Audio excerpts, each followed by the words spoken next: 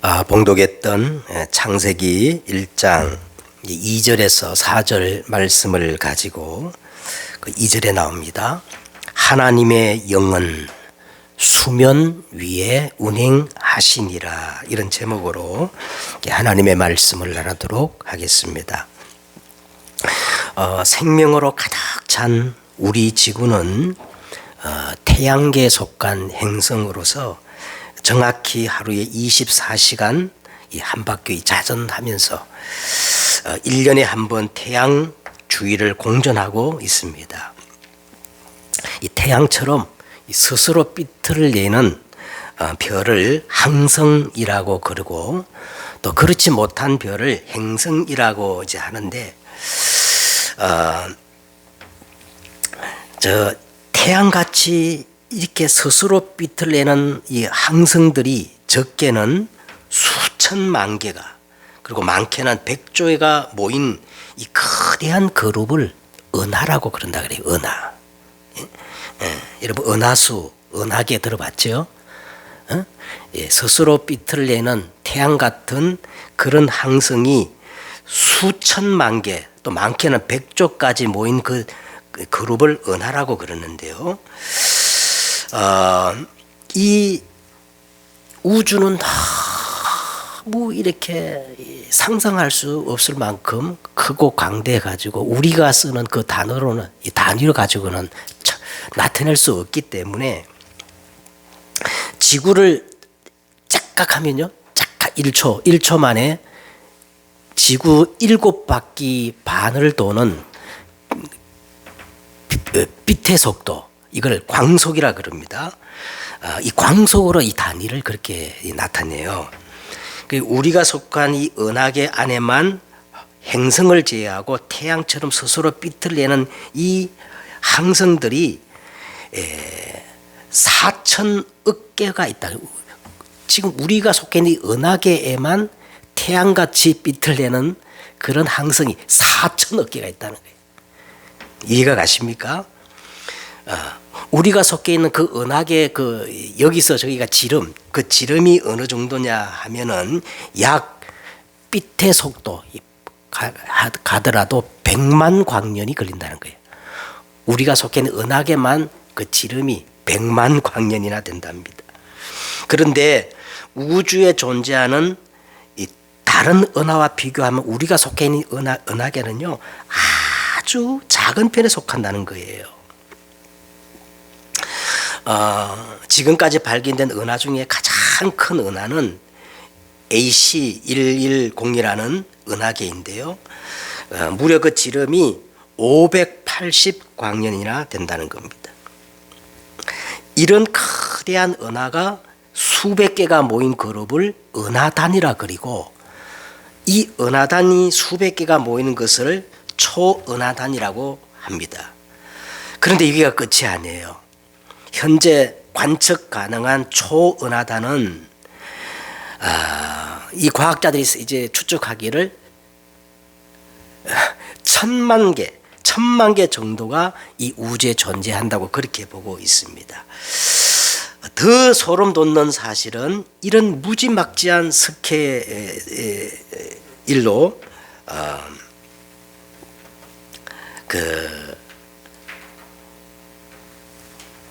지금 우리 인간이 만든 최고의 이 만원경이, 예전에는 허블 만원경이었는데 이제 얼마 전에 새로운 만원경을 이제 만들었는데, 제임스 웹이라는 이 만원경을 가지고도, 한마디로 말하면 이런 어마어마한 숫자가 뭘 의미하느냐면, 인간은 아직까지도 그렇게 과학을 발전시켜 놓고도 이 우주가 어느 정도가 되는지 가늠조차,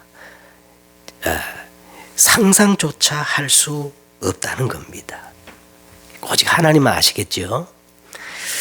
자, 인간이 아무리 상상해도 그 끝을 알 수 없는 이 광활하고 광막한 이 경이로운 대우주. 그런데 성경은 이렇게 선포합니다. 태초에 하나님이 천지를 창조하시느니라.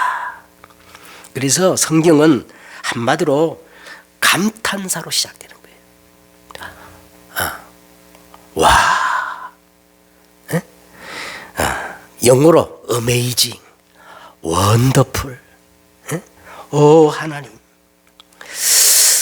그래서 지난주에 우리가 태초에 이 말은 하나님이 모든 시작과 공간과 역사를 주관하고 계신다. 하나님이 그랬어요. 그 중심이 인간이 아니라 하나님이 이 온 삼라만상 우주의 중심이 되시고 우리 인생의 주인이 되신다는 겁니다.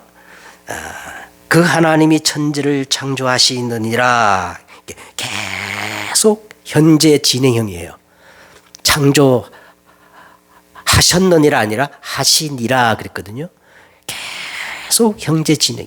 지금도 하나님이 계속 재창조의 역사를 가지고 지금 역사하고 계시는데, 성부 하나님은 지금도 계속 말씀을 주시고 말씀을 이루어 가시며, 성자 예수님은 그 그리스도의 이름으로 구원의 역사를 완성해 가고 계시고, 성부 하나님은 우리에게 능력을 주시고 우리를 인도하고 계신다는 것입니다.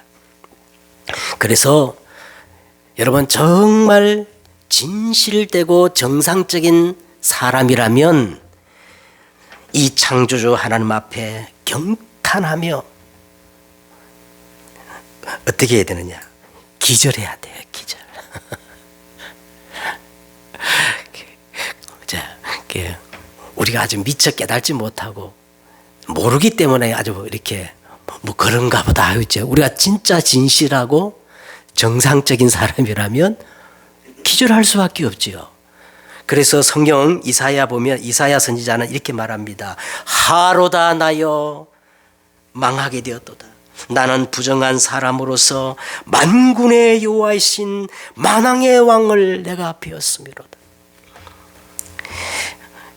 그래서 이 하나님 앞에 엎드려 존귀와 영광과 찬양, 예배를 하나님께 드릴 수밖에 없는 거예요.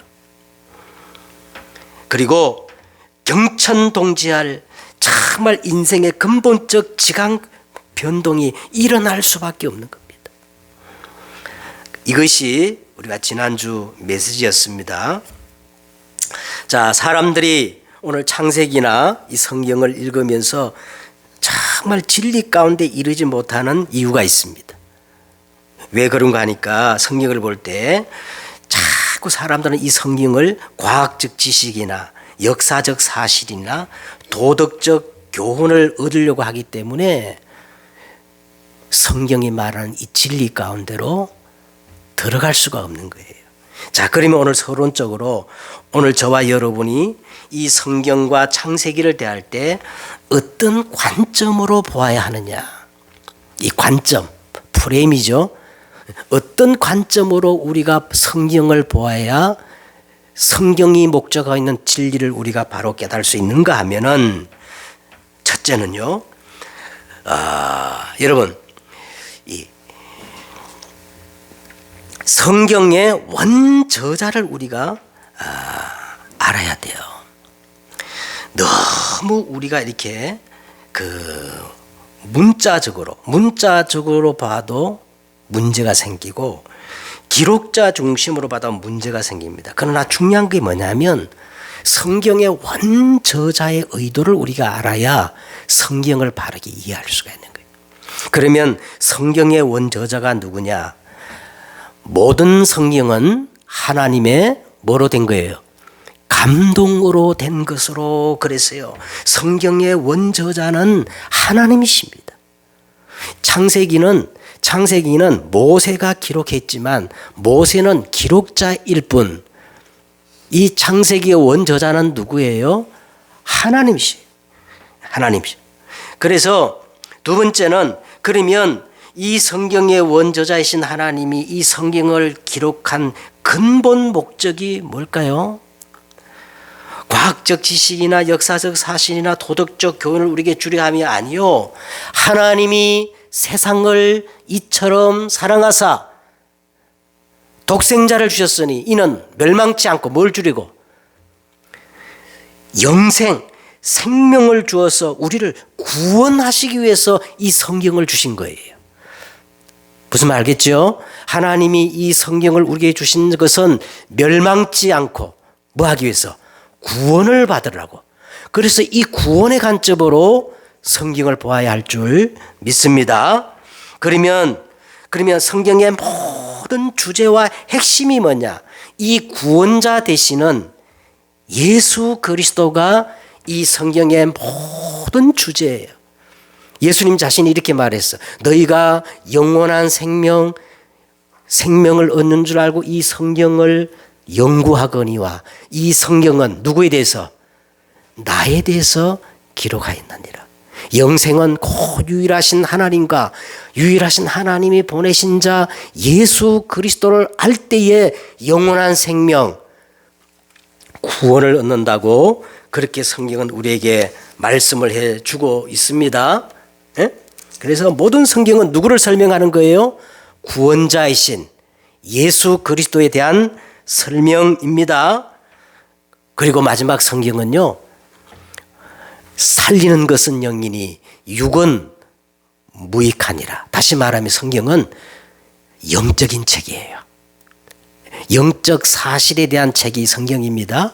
그래서 오늘 저와 여러분이 이 네 가지를 가지고 창세기를 자세히 보면, 창세기를 오늘 보세요. 오늘 1장을 보면 하나님이 천지와 만물을 창조하는데 두 번에 걸쳐서 창조를 하고 계셔요. 예? 재창조를 하고 있는 것을 우리가 볼 수가 있습니다. 예? 창세기 1장 1절 태초에 하나님이 천지를 창조하시느니라. 이거는 원창조입니다. 원창조.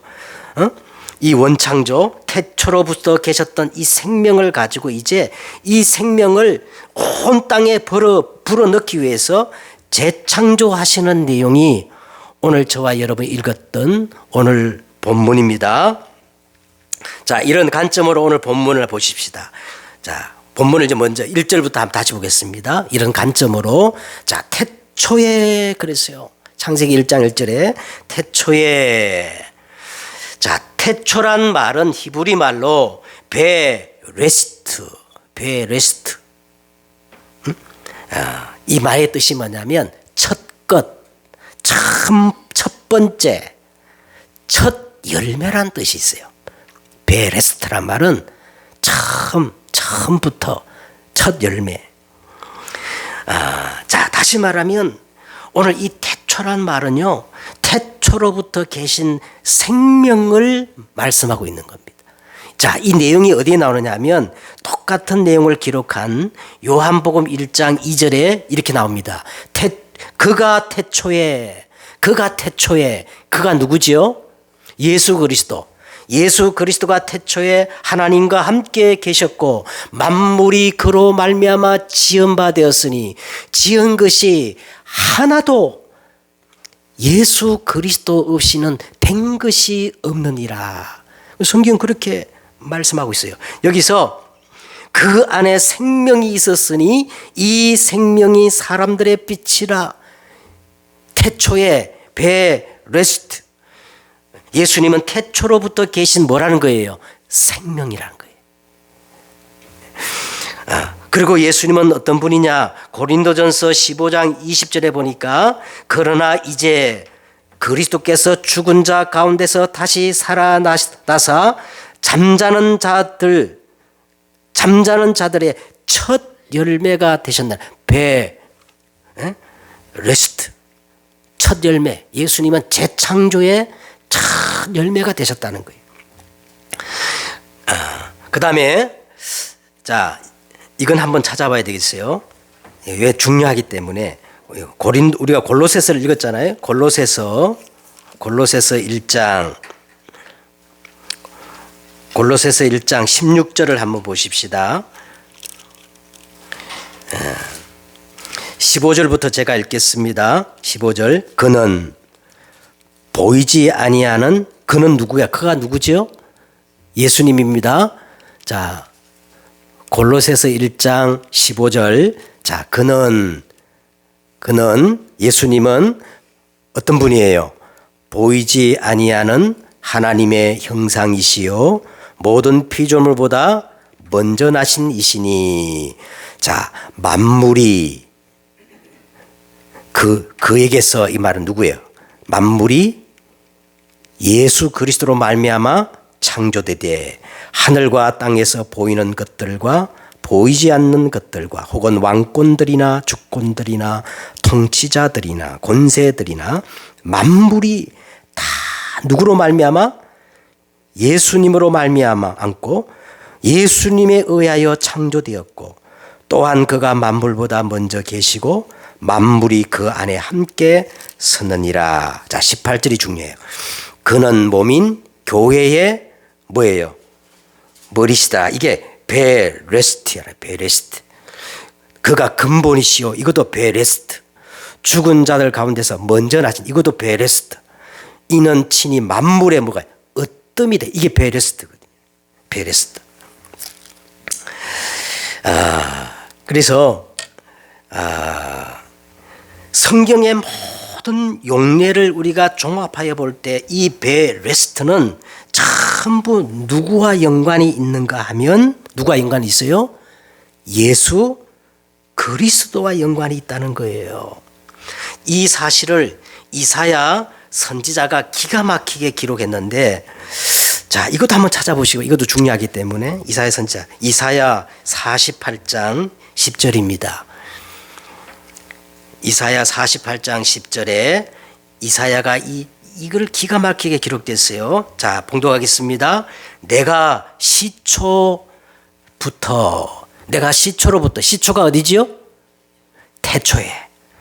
그 다음에 처음부터 성경은 뭐를 알리냐? 종말을 알리며, 그 다음에 아직 이루지 아니하는 일들, 아직 이루지 아니하는 일들은 말은 하나님의 구원의 사역이에요. 응? 이 하나님의 구원의 사역을 처음부터 옛적부터 보이고 이르기를 나의 뜻이 설 것이니 내가 나의 모든 기뻐하는 것을 이루리라 하였노라. 태초로부터 종말까지 예수 그리스도라는 거예요. 이것을 요한계시록에 이렇게 말했어요. 나는 알페와 오메가다 그랬어요.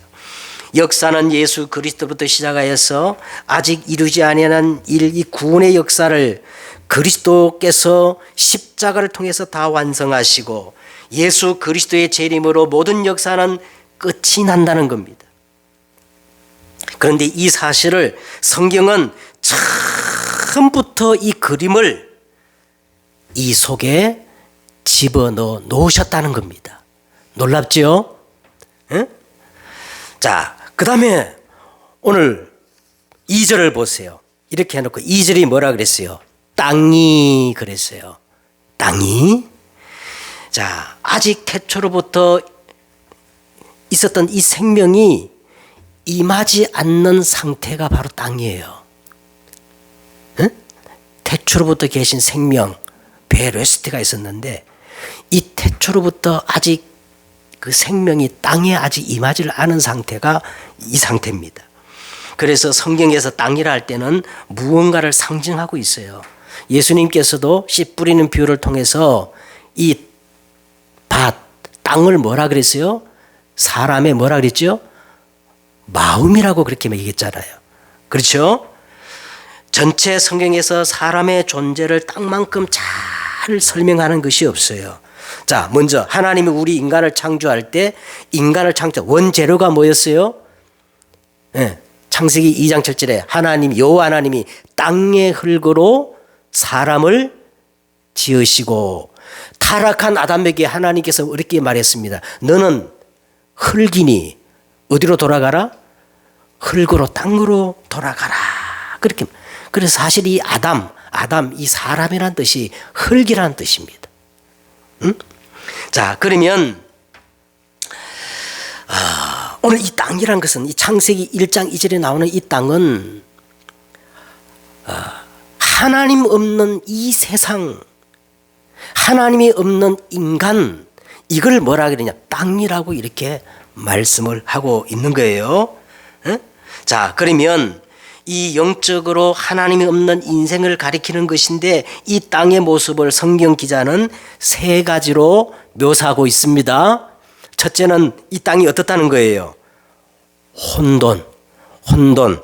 이 토라는 말인데 혼돈이란 말은 황량한 사막과 광야에 길이 없는 상태를 말하는 겁니다. 생명의 빛 대신 예수 그리스도가 없는 인생은 여러분 해답이 없어요.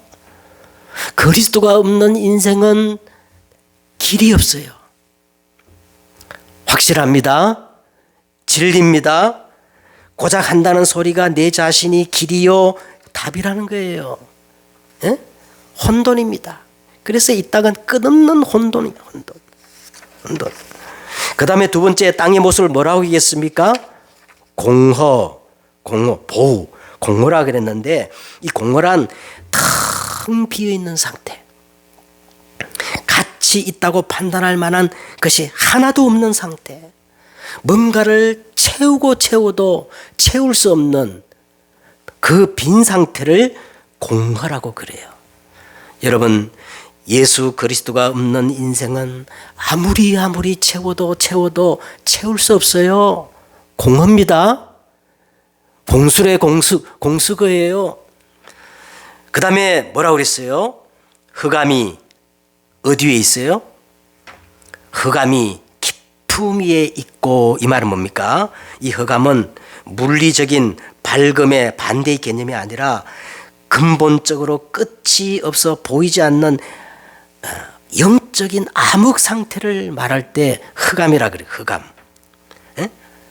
예. 이 흑암이 어디 위에 있다는 거예요?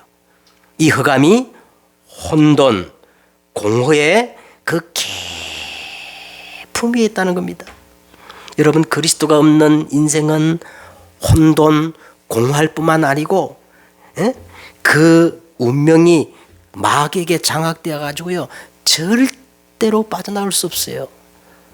흑암이 깊음 위에 사로잡혀 있는 겁니다. 이 상태를 성경은 근데 여러분, 오늘 이 혼돈, 공허, 이 흑암, 이거는 성경을 푸는 열쇠예요. 이게 우리 인생의 세 가지 문제거든요. 자, 그런 다음에 네 번째로 보세요. 하나님의 영은 어디에? 하나님의 영은 수면 위에 운행하시니라 그랬어요. 흑암은 혼돈, 공허, 이 깊음 위에 역사하는 데 반해 하나님의 신은, 하나님의 영은 어디 위에 운행하십니까? 수면 위에 운행하시다. 그럼 수면이 뭘까요? 이 수면은 뭐 물이라는 얘기도 맞지만 이 수면은 창세기 1장 1절에 태초에 하나님이 천지를 창조하시느니라, 이 하나님의 말씀 위에 운행하신다는 거예요. 그래서 성경을 전체를 보면 항상 물이라는 개념은 누구의 말씀? 하나님의 말씀이에요. 이 성령은 바로 하나님의 말씀 위에 운행하고 계시는 겁니다. 그러면서 오늘 여기 주의해 볼 게 있는데, 수면 위에 성령이 뭐 하고 계셨어요? 운행했다는 말은 정확히 문자적으로 말하면 알을 품고 있는 상태를 말하는 거예요. 운행했다는 말은 성령이 말씀 위에 알을 품고 있었다는 그런 뜻이란 말이에요. 어미새가 먼저 알을 낳잖아요. 그러면 그 알에서 새끼를 부화하기 위해서요, 어떻게 하지요?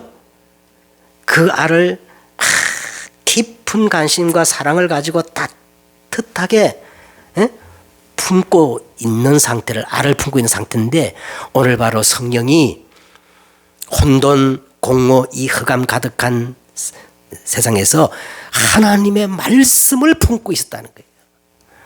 하나님의 말씀을 품고 있는 것을 가리키는 겁니다. 자, 그렇게 되니까 이제 세 번째로 갑시다. 세 번째. 1장 3절입니다. 하나님이 이르시되 빛이 있으라 하심에 빛이 있었고, 빛이 하나님이 보시기에 어땠다? 좋았더라 그랬어요. 여러분 보세요. 이 땅에 존재하는 모든 생명체, 식물이든 동물이든 존재하는 모든 생명체는 절대적으로 필요한 두 요소가 있어야 돼요. 그게 뭘까요? 첫 번째 뭐예요? 빛입니다. 그 다음에 두 번째가 뭐예요? 물입니다. 네?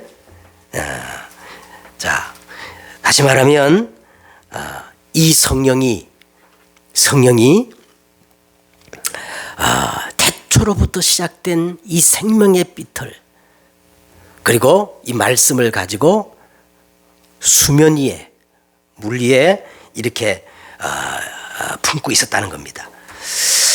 그런데 품고 계시다가 이 생명이 드디어 혼돈, 공허, 흑암의 깊음이 있는 이 땅에 드러나 비추기 시작한 것이 오늘 3절이에요. 하나님이 이르시되 빛이 있으라 하시매 빛이 있었고 그랬어요. 여러분, 답이 있으면 모든 혼돈은 사라지게 돼 있어요. 사람이 답이 없기 때문에 혼돈하지요. 에? 생명이 태어나면 모든 공허와 죽음은 사라집니다. 빛이 비추면 어둠은 자연적으로 그냥 물러가게 돼 있어요. 자, 그러면 오늘 하나님이 빛이 있으라 하시면 빛이 있었다 그랬는데 이 생명의 빛이 누굴까요? 이 생명의 빛이 예수 그리스도이십니다. 그 생명의 빛을 보고 하나님이 뭐라 그랬어요? 빛이 하나님의 보시기에 좋았더라. 응? 자, 이 좋았더라. 이 토브라는 말인데 좋았더라 말은요, 하나님의 보시기에 가장 아름답게 보았다는 거예요. 하나님 보시기에 가장 선하고 의롭게 보았다는 거예요. 하나님 보시기에 가장 기쁨이 되었다는 거예요. 로마서 8장 28절에 모든 것이 합력하여 선을 이루리라 할 때 쓰는 말이에요. 다시 말하면 하나님의 모든 것을 합력하여 선을 이루시는 이 생명의 빛이 누구냐? 바로 예수 그리스도라는 겁니다. 우리 평신도는 잘 모르겠지만 이 과학자들이나 이 신학자들이요, 이 본문을 가지고 막 많은 논쟁이 있어요. 왜 그런가 하니까 1장 3절에 나오는 이 빛하고 그 다음에 14절 이후로 나오는 네 번째, 그때 하나는 두 광명체 빛을 다시 만들거든요. 그러면 이게 논리적으로 안 맞다 이거야. 그래서 창세기는 하나님 말씀이 아니고 신화라는 거예요. 신화. 여러분, 이 빛이 태양빛이든 엄청난 에너지든 뭐 우주에 오는 오로라 빛이든 갤럭시의 빛이든 성경은 거기에 초점이 있지 않습니다. 성경에서 나타나는 이 빛의 질서를 누구로 묘사하느냐 하면 모든 성경에 나오는 이 빛은 누구를 얘기하는 거예요? 예수 그리스도를 얘기하고 있습니다. 그래서 성경에는요, 이 예수 그리스도를 말씀하면서 예수 그리스도에 대해서 빛에 대해서 말하기를, 첫째는 예수 그리스도는 어떤 빛이냐? 창조의 빛입니다. 예수 그리스도는 창조의 빛이에요. 오늘 창세기 1장 2, 3절의 이 빛을 가지고 하나님은 모든 것을 재창조하거든요. 창조의 빛입니다. 요한복음 1장 4절과 5절에 보니까 그 안에 생명이 있었으니 이 생명은 사람들의 빛이라. 빛이 어둠의 빛이 돼 어둠이 깨달지 못하더라. 다시 말하면 예수님은 어떤 빛이냐? 생명의 빛이라는 거예요. 예수님의 이 빛이 들어가면 다 생명의 역사가 일어나기 시작하는 거예요. 그리고 고린도전서 4장 6절에 어둠 데서 빛이라 말씀하셨던 그 하나님께서 예수 그리스도의 얼굴에 있는 하나님의 영광을 아는 빛을 우리 마음에 비추셨느니라. 다시 말하면 예수 그리스도는 하나님의 영광의 빛이라는 거예요. 하나님의 영광의 빛. 베드로전서 2장 9절에 이런 말씀이 있습니다. 오직 너희는 택하신 족속이요 왕 같은 제사장들이요 거룩한 나라요 그의 소유된 백성이니 이는 너희를 어두운 데서 불러내어 그의 귀한 빛을 선포하기 위함이라. 예수 그리스도는 귀한 빛이라는 거예요. 그리스도 이름이 선포되면 사단이 결박되어지고, 그리스도 이름이 선포되면 재앙이 물러가고, 그리스도 이름이 선포되면 지옥 배경이 천국 배경으로 바꾸는 무슨 빛이라고요? 귀한 빛이다. 그렇게 성경은 말씀하고 있습니다. 그리고 계시록 21장 23절, 이사야 60장 21절에 보면 그 성은 해나 달의 비침이 쓸데없으니 이는 하나님의 영광이 비치고 어린 양이 그 등불이 되심이라. 다시는 내 해가 지지 아니하며 내 달이 물러가지 아니할 것은 여호와께서 내 영원한 빛이 되어 내 슬픔의 날이 끝날 것이다. 다시 말하면 이 그리스도는 영원한 빛이란 거예요. 태양과 달 그 빛이 다시 소용이 없는, 성경 이와 같이 모든 빛의 존재를 누구로 묘사하고 있습니까?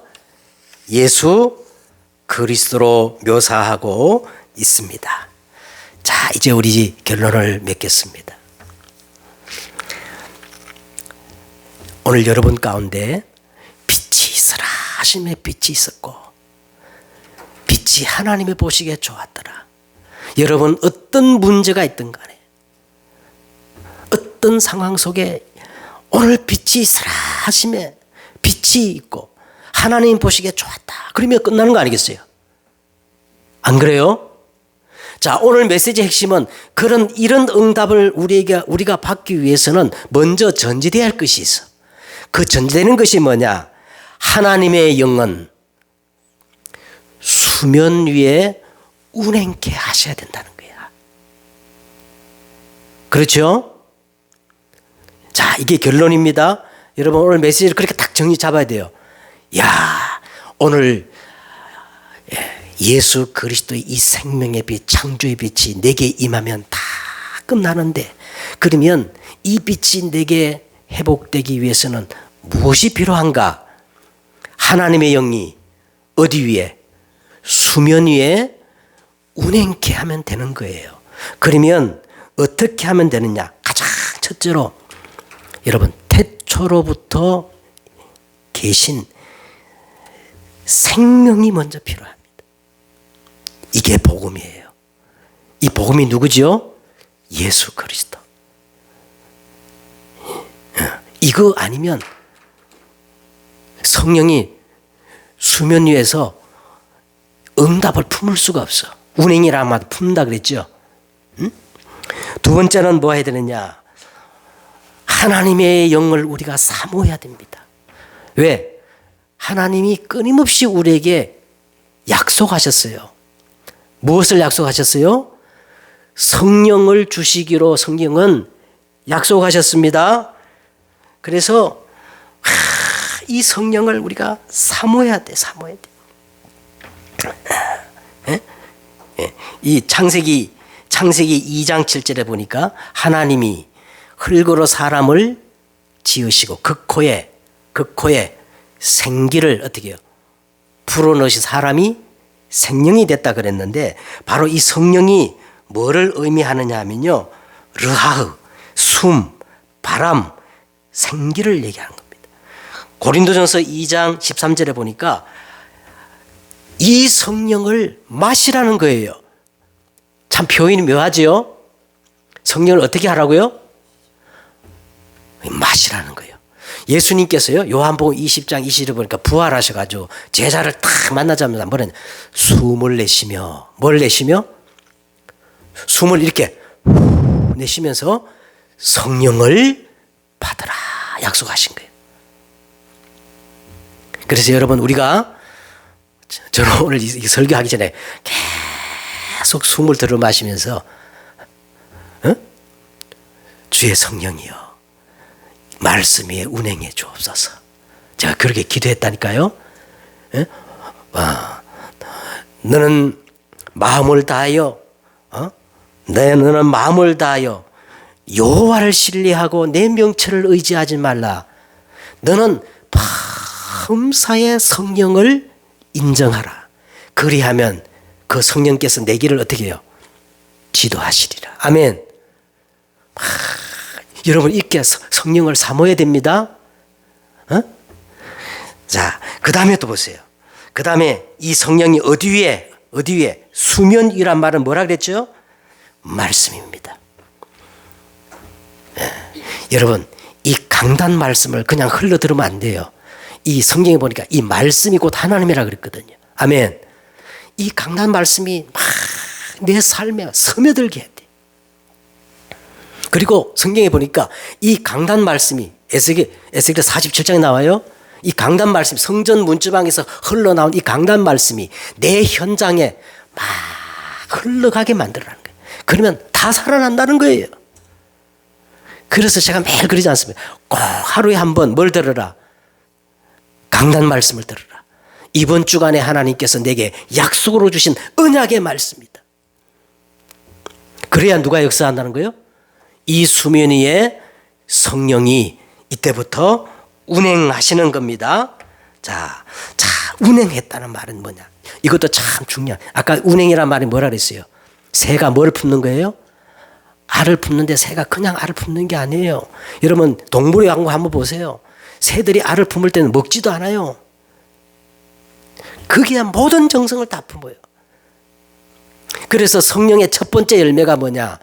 성령의 첫 번째 열매가 뭐지요? 오직 성령의 열매는 사랑입니다. 우리가 원망, 시기, 질투, 식욕질 낼 때는 흑암이 깊음에 있지만 우리가 정말 사랑하는 마음속에 누가 역사해요? 성령이 역사할 줄 믿습니다. 아멘.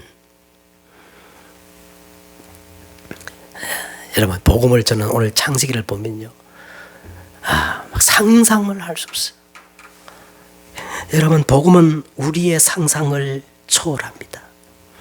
인간이 만든 제임스 웨버라는 그 어마어마한 만원경으로도 그 우주를 가늠할 수가 없는데 이 우주를 창조하신 하나님이 태초로부터 나를 작정하시고 나를 구원하시러 작정하시고 성령이 그 사랑으로 나를 품었다는 겁니다.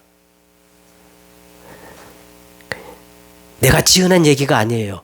로마서 16장 25절에 영세전에 감추었다가 이제 나타나신 바 되었으며 예수 그리스도의 그 십자가의 보혈로 세세 무궁토록 하나님이 이미 태초로부터 나를 작정하셨다는 거예요. 그게 가능합니까? 우리 인간의 시간으로는 그게 불가능하지. 하나님은 시간이 없다니까요. 시간을 만드신 분 하나님이 태초로부터 나를 그렇게 작정하셨다는 거예요. 그렇다면 이 가치를 아는 사람은요, 절대 자존감이 낮으면 안 돼요. 그만큼 내가 사랑받고 있는 존재예요. 아멘. 그래서 성경은 이렇게 말합니다. 이걸 오늘 성경은 뭐라 그랬냐, 한마디로 성령이 수면 위에 어떻게 해요? 운행하시느니라. 그리고 이렇게 말해요.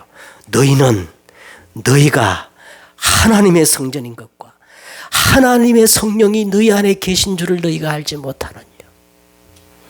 한 주간 하나님의 성령이 수면에 운영케 하도록 그렇게 여러분 성령을 사모하고 성령 인도받는 여러분 되시기를 주의 이름으로 축복드립니다. 하나님 감사합니다. 성령 하나님의 영은 수면 위에 운행하시느니라. 한 주간 동안 참 이 말씀이 성취되어서 정말로 우리의 모든 삶 속에 빛이 있으라 하심에 빛이 있었고 빛이 하나님 보시기에 좋았더라. 이 응답 속에 살아가는 저들이 되어지게 하옵소서. 예수 그리스도의 이름으로 기도드렸사옵나이다. 아멘.